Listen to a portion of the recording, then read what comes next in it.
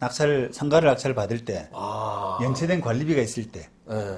그런 부분을 좀 주의할 필요가 있다. 야, 그리고 이제 왜 이렇게 관리비가 상가는 비싼지 모르겠어요. 이렇게 나눠져 있는 구분 상가들은 네.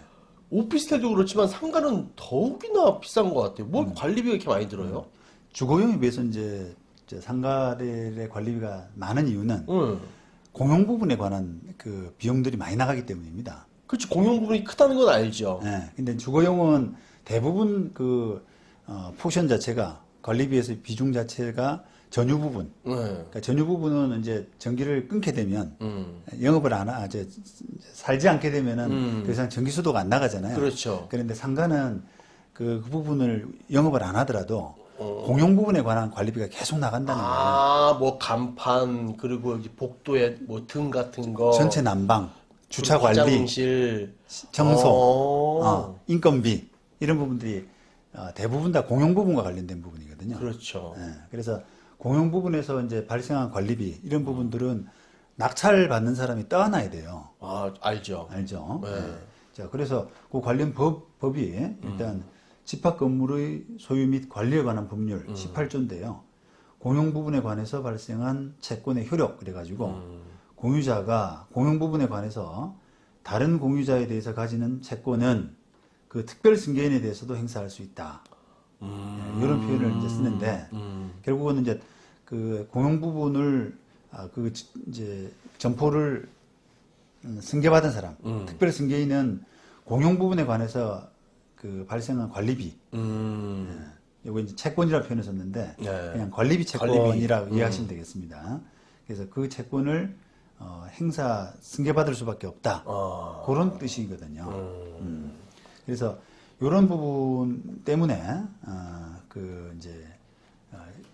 현실적으로 이제 상가 점포, 집합 건물 내 상가 점포가 나오게 되면 관리비가 어마어마하게 쌓여 있는 경우가 많아요. 와, 봤습니다. 예. 그 우리가 이제 제가 살고 있는데도 그 남부터미널 국제전자센터가 있거든요. 아, 예, 옆에. 예, 그 옛날에 이제 우리가 전자제품들 많이 팔던 데인데 전자랜드 막 이런 거 같이. 예. 근데 이제 구의역에 뭐 테크노마트라든지 예. 이런 데들이 옛날에 잘 나가다가 지금은 아. 그 공실들이 많잖아요. 어마어마하죠, 공실이. 예. 그래서 경매로 나오는데 뭐 감정가에 뭐 10% 20% 뚝뚝 떨어져. 그렇습니다. 진짜 뭐. 야 이게 무슨 똥값이네. 똥값이네. 이거 사도 껌값이네. 되겠네, 이거. 그러니까 한번 욕심을 부려봐.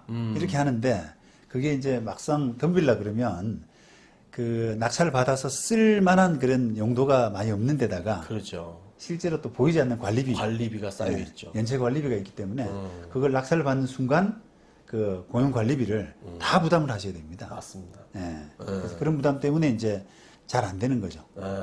그걸로 진짜 망한 사람들 많이 봤어요. 네. 예, 웬만한 사람들 낙찰 받고 알아보면 이거를 관리비가 몇 천만 원 쌓여 있으니까 네. 미납하고 안 하는데 네. 덜컥 그냥 그 보증금 내고 이제 낙찰금 네. 잔금까지 내고 짜잔 갔더니 네. 뭐 관리비가 막 1,800 뭐 2천 얼마 이렇 그렇습니다. 어떻게 해도 못하고.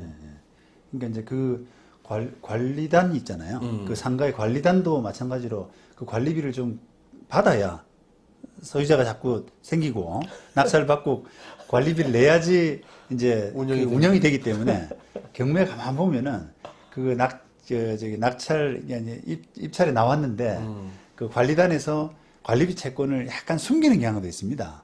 아. 일부러 안 알리는. 안 알리는. 네, 가압류라든지 이런 걸 하게 되면 이거 관리비 연체가 있구나 이렇게 생각해서 그거를 누군가 겁을 내고 안 들어오는데 관리단도 정직하지가 못한 거예요. 그냥 누군가 낙찰 받아주기를 이 잘 모르는 상태에서 낙찰 받으면 그거 이제 관리비 얼마라도 내야 되잖아요. 그렇죠. 그렇기 때문에 그 신고도 제대로 안 하고 그다음에 뭐 소멸시효 관리비 채권은 소멸시효가 3년입니다. 단기 소멸시효라서 3년이에요. 그래서 그 정도까지 안 가는 범위 내에서는 살짝 좀 숨기는. 그래서 그걸 모르고 누군가 낙찰을 받기를 원하는.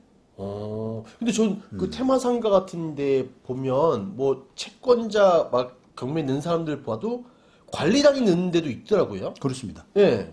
관리비 채권을 가지고 네. 한 개를 가지고 경매 넣는 데도 있어요. 그건 3년치뿐이 못 하는 거예요?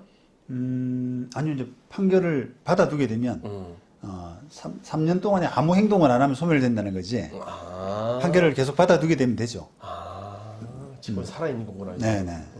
그래서 이제 그거를 관리비 가지고 채권을 행사할 수 있을 만한 그런 곳은 좀 직접적으로 적극적으로 이렇게 그 경매까지 넣어서 하는 편이고 또 그렇지 못한 경우는 남이 경매 들어올 때 조금 관리단에서 그거를 살짝 숨기는 관리비 채권이 있다라고 하는 부분을 살짝 감추는 그렇게 해서 낙찰 받기를 받아서 돈 주기를. 그래서 돈 받아내기를 그런 데도 있단 말이죠.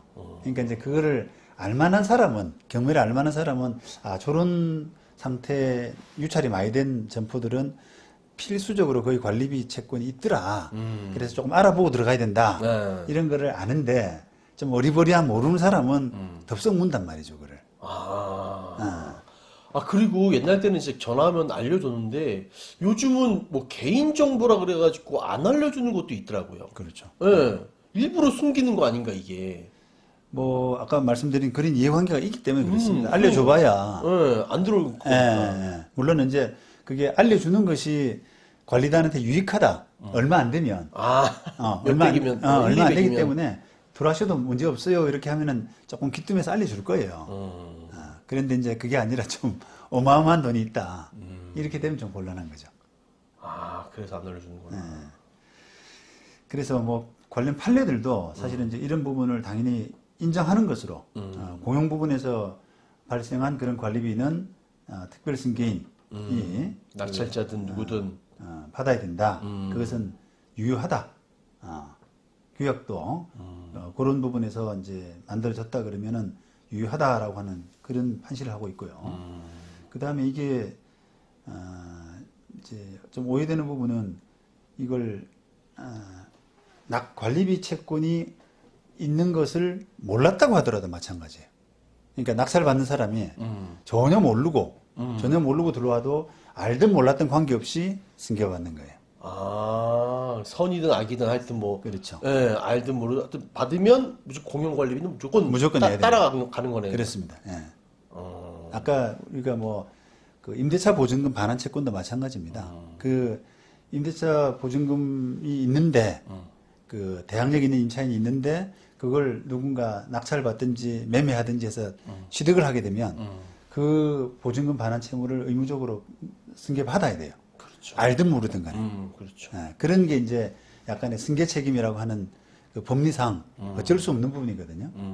그래서 그걸 좀 주의하셔야 되고요. 네. 내가 몰랐다 그래서 면책될 수 있는 부분이 그러니까요. 아니다. 난 몰랐다. 이거 발뺌해도 어쩔 수 없이 그냥 따라 붙는 거다. 그렇습니다. 그리고 또 하나는 요 판례에서 지금 이제 낙찰 받는 사람 이제 재밌는 사건인데 상가를 떡낙찰 받았는데 관리비가 너무 많아요. 그러니까 아이고 이거 안 되겠다. 내 관리비 뭐 예를 들면 1,000만 원이라는 헐값에 상가를 받았는데 관리비가 2천만 원쯤 돼요. 연체가 오래 돼가지고 그러니까 이거 배보다 배꼽이 크네 이래서 다른 사람한테 그냥 넘겨버렸어요. 바로 팔았어요. 그냥 명의를 넘겨버렸죠. 그러면 이제 누구한테 가냐? 아니 면책되느냐? 네. 관리비 채무가 면책되느냐? 나는 소유권을 넘겼으니까. 받았다가 넘겼기 때문에 그 관리비 채무는 면책되는 거 아니냐라고 하는 건데 그건 아니다. 그건 승계해야 된다. 그럼에도 불구하고 그런 판단입니다. 이 판단이. 그럼 넘겼는데 이 사람한테 있는 거예요, 책임은? 이걸 아까 이제 중첩적 채무인수라는 표현을 썼는데 네. 원래 관리비 미납한 사람이 있잖아요. 네. 그 사람은 당연히 내야 될 채무자고 그다음에 마지막 사람도 중첩적 채무인수자인데 중간에 명의를 건너간 사람, 중간에 잠깐 왔다가 넘어간 사람, 이 사람도 그 자기가 넘겨진 그 범위까지 자기가 가지고 있었던 그까지는 전 소유자의 관리비 채무를 면할 수 없다는 거예요. 떠안아야 된다는 거예요. 떠안아야 된다. 그 판시가 지금 이 판결 내용입니다. 그래서 요 구분 소유권이 이제 순차로 이렇게 양도된 경우에 각 특별 승계인들은 이전 구분 소유자들의 채무를 중첩적으로 인수한다라고 봄이 상당하므로 둘이 다 책임져야 된다. 현재 소유권을 보유하고 있는 최종 특별 승계인뿐 아니라 그 이전의 구분 소유자들도 구분 소유권의 현재 보유 여부와 상관없이 공용 부분에 관한 종전 소유자들의 체납 관리비 채무를 부담한다 이렇게 하고 있습니다. 야, 절대 안 떨어지네요. 그렇습니다. 찰싹 붙어가 그냥 계속 가는 거네. 한번 그 자기 명의를 받았다면 어. 그게 계속 된다 이 말입니다. 그러면 제 궁금한데요. 제가 이 경매로 날라간 주인이었고 처음 받았고 이제 승계한 사람이 3명 있어요. 네. 그럼 얘는 이 관리비가 2천만 원 있었어요. 근데 전 경매를 해갖고 낚시를 받았잖아요, 싸게. 그럼 2천만 원이 붙는 거잖아요. 네, 네. 근데 얘가 2천만 원이 있네 갖고 얘한테 급하게 팔아버렸어요. 네, 네. 그러면 2천만 원이 얘한테 있고 이 다음 날부터 되는 관리비는 이 사람한테 붙는 건가요? 그렇죠. 이제 내가 소유권을 상실한 이후에 발생한 관리비는 내 책임은 아니죠. 오케이. 이제 종전 소유자의 승계한다는 그런 개념이거든요. 종전 소유자의 연체 연체 관리비를 관리비는 승계한다. 승계하고. 네, 그렇게 되는 거죠. 여기 최종 소유자는 아마 이제 다 승계하는. 에? 종전 소유자니까 네. 다 승계하게 되죠. 최종 소유자. 얘가 못 갚으면 얘가 다 책임져야 되는 거예요? 그렇죠. 이제 그동안 연체됐던 거. A, B, C라 그러면 현재 C가 갖고 있을 때 그 C는 A, B 채무를 다 승계하는 거죠. 독박이네. 네, 그렇게 야, 되는 거죠. 뛸 수가 없네, 이게. 네, 그렇습니다. 어. 자, 그리고 이제 마지막으로 이제 그 대법원 2010년도 요 결정은 집행문 부여에 대한 이의라고 하는 사건인데요. 요거는 이제 그 관리회사 입주자 대표회의죠. 대표회의가 당초 구분 건물 소유자인 소의 1에 대해서 관리비 판결을 받았습니다. 그래서 소의 2를 거쳐가지고 현재 최종적으로 소유권을 취득한 신청인에 대해서 승계집행문 부여 신청을 하니까 신청인이 이한 사건이에요. 승계집행문 부여가 받아들여졌는데 거기에 대해서 이제 신청인이 이의를 제기한 이건 승계집행문 이의 소라고 하거든요. 그래서 이제 그 2심 법원은 이게 결론적으로 우리가 관리비 채무라는 게 아까 면책적 채무인수, 중첩적 채무인수라고 할 때 이거는 성격상 중첩적 채무인수라고 봅니다. 판례상으로. 우리가 임대차 보증금 반환 채무는 종전 소유자에서 면책이 현재 돼서. 소유자로 넘어가 버리면 면책적 채무인수라는 표현을 쓰잖아요. 그러면 기판력이 미친다. 마지막 소유자한테 미친다 이렇게 보고 관리비 채무는 중첩적 채무인수라고 봅니다. 성격상. 그래서 중첩적이라는 거는 처음 갖고 있었던 사람도 책임지고 A, B, C라고 다 하면 책임. A, B, C가 다 중첩적으로 채무를 부담한다 이런 뜻이거든요. 그러니까요. 그렇게 되면은 성격상 C한테 기판력이 미치지 않는다고 보는 거예요. 기판력이. 그러니까 면책적 채무인수면은 종전 소유자에 대해서 받은 판결이 현재 소유자에 대해서 기판력이 미치는데 중첩적 채무인수가 되면은 종전 소유자에 대해서 받은 관리비 채권 가지고 현재 소유자에 대해서 기판력은 미치지 않는다. 그럼 어떻게 되느냐? 그러니까요. 기판력이 안 미친다 그러면 어떻게 되느냐? 그러면 새로 판결을 받아야 돼요. C한테는. 그러니까 이제 A한테는 만약에 관리비 2천만 원 반환 판결이 있단 말이죠. 네. 그런데 C가 현재 소유자라고 하면은 이 A가 갖고 있을 때 2천만 원 판결, 그다음 B가 갖고 있을 때 뭐 한 500만 원 관리비 연체. 그러면 현재 C가 갖고 있을 때 이제 2,500만 원 지급하게 되잖아요. 네. 그러면은 2,500만 원을 지급하라라고 하는 판결을 새로 받아야 된다는 겁니다. 채무 자체가 없는 건 아니고 채무 자체는 있는데 기판력만 안 미친다는 거죠. 다시 받아야 된다. 다시 받아야 된다. 그런 뜻입니다. 그러니까 기판력이 미치는 경우보다는 이제 C 입장에서는 좀 따져볼 만하죠. 옛날 판결이 뭐 잘 됐니 못 됐니. 그러니까 그다음에 너무 많았다, 적었다. A가 부도 나가지고 도망가 있는 사이에 A가 하나도 자기 주장을 못하고 그냥 2천만 원이 아니라 한 1,500만 원만 물어도 될 걸 따지지 못하고 그냥 2천만 원 반환 판결을 받았기 때문에 그건 잘못된 거다. 이렇게 따져볼 기회가 있다는 겁니다. 어렵다. 어렵죠. 네. 야. 그런데 어쨌든 말씀드릴 부분은 관리비가 연체돼 있는 그런 상가, 구분 소유권 이런 걸 받을 때는 항상 낙찰을 받는 사람한테 그게 덤탱이 씌워질 수 있다. 뭐 기판력은 내가 안 미치더라도 네. 그 관리비 연체된 관리비는 내 책임이다. 떠안을 수밖에 없다. 없다.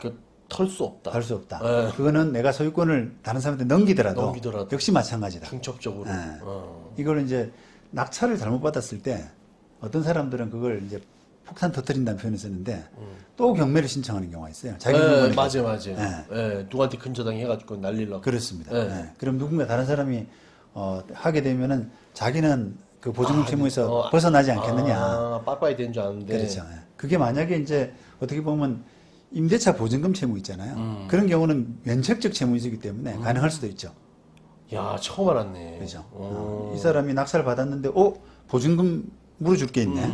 이렇게 되면은 그거를 다른 사람한테 딱 넘기면 넘기니까 될 수가 다행이다. 있잖아요. 물론 이제 우리가 지난번에 이야기했던 중도 해지권, 그죠? 그렇죠.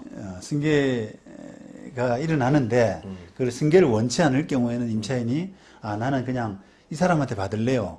저 마지막 사람한테 싫다라고 할 수 있는 선택할 수 있는 권리가 있거든요. 그런 걸 행사할 때는 또 다른 문제죠.